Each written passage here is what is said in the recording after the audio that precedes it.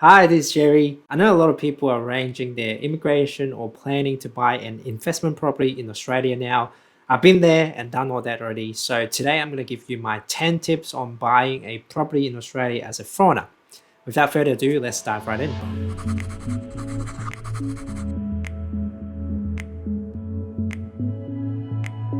Tip number one, off the plan brand new properties do not always guarantee future value. The nature of off the plan property is to allow people buying a property before it is being constructed, and also it is normally a discounted price of the property's future value. However, a lot of new apartments are now developed in oversupplied areas, especially in Melbourne and Sydney, so they do not necessarily have any capital growth in the future. You can look at this one bedroom property, which is recently sold for $400,000 in Melbourne City.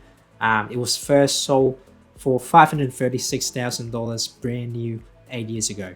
On the flip side, there are off the plan properties that are priced well and in a demanding area with great growth potential, but it will be less common in Australia going into 2023 because new property prices are now heavily affected by the construction costs and are not driven purely by the market.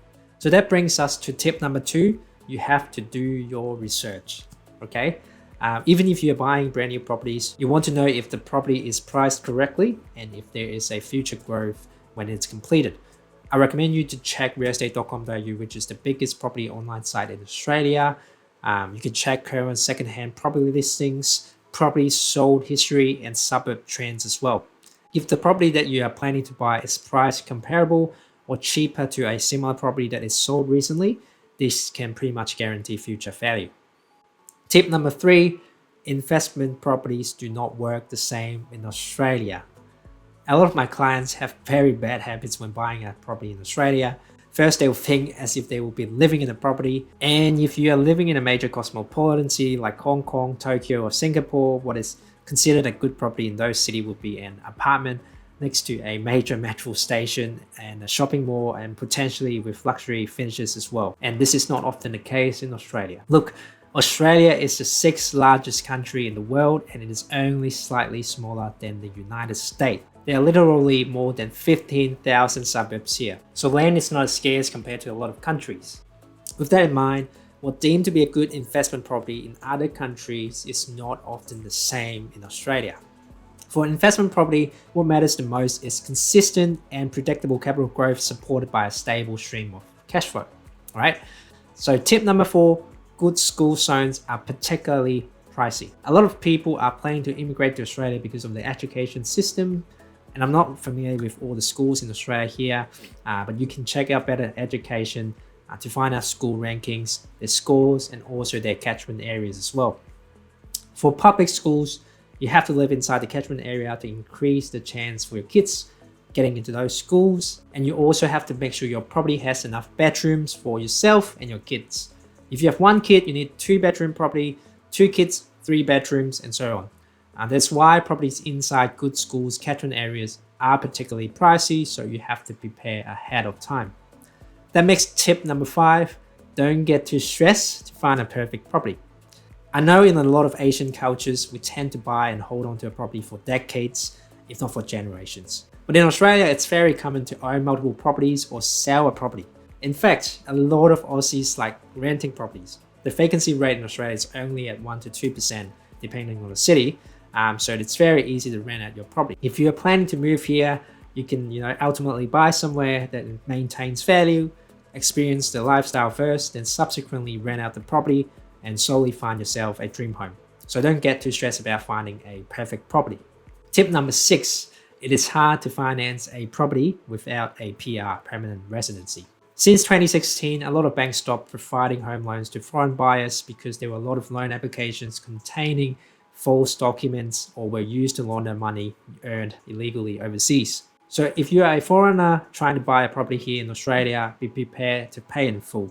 But for people that reside outside of Australia but already have gotten their PR, their banks now will take your overseas income and assets into consideration. And if you have already got a property in Australia, you can also look into refinancing the property and buy yourself another property for investment in a later stage. I can't speak for a broker, so for more details, please speak with your banker or broker. And tip number 7, you might be able to skip the extra foreigner stamp duty. Like I mentioned, good properties are hard to come by, but if it does, it is worth for people to buy it even if their PR is months away from being granted. So this tip only applies to people who are waiting for their PR being granted but want to buy a brand new property now. You can negotiate with the vendor or selling agent for a subject to PR approval term inside your contract. What it does is allowing you to buy a property subject to you getting the PR, so you can save all the extra costs. But in the case that you don't get your PR, hopefully that won't happen to you. You can still terminate the contract and get your deposit back. This is possible if the terms are specified clearly and accepted by all parties, but obviously please talk to your solicitor for fine details. Tip number 8, be mindful of paying tax.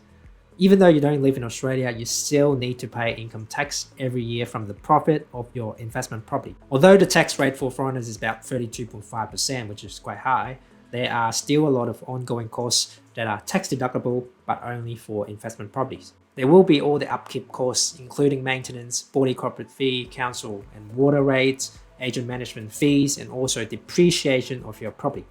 But in short, the amount you have to pay is generally the net profit that goes into your bank account minus the depreciation value, then times 32.5%. There's also a ghost tax if you vacate your property for more than 12 months and capital gain tax if you make a profit after selling the property. We can explain this in full in another video, but if you want to learn more, please consult with your tax accountant. Okay. This leads us to very important tip number 9. You have to get your team ready. Buying a property is the biggest financial decision most of us will ever make, right? Especially for people buying from overseas, you want to make sure your property purchase is profitable, but also safe. So assembling an expert team to protect your interests in the property transaction is very crucial. There will be your conveyancing solicitor, finance broker, tax accountant, property manager, and also a buyer's agent. That takes us to the final tip. Tip number 10, consider hiring a buyer's agent. Unlike a solicitor, a buyer's agent is pretty much optional, but it's very useful if you're buying from overseas and you can't physically inspect the property. The main job of a buyer's agent is to source the property and negotiate a great deal on your behalf. They will deal with the selling agents for you and ensure that the property you are buying represents a good opportunity. Some buyer's agencies like us also help you manage your property and take care of it for the lifetime. And in Australia's buyer's agent, we also will assemble a professional team for you, look into your background, and if you're buying a property to live in, we'll source properties locally at the given suburbs and recommend suitable properties for your family that are within a good school zone, obviously. And if you're buying to invest, we will analyze your portfolio first and see if you require a much stronger capital growth or cash flow component in your next investment property. You can chat with me in details booking in a free consultation using the link in the description below. So that's it for today. I know it's a long video, but I hope you get some value out of it. If you have any question, please feel free to leave a comment below. Don't forget to like and subscribe to the channel, and I will see you in the next video. Bye bye.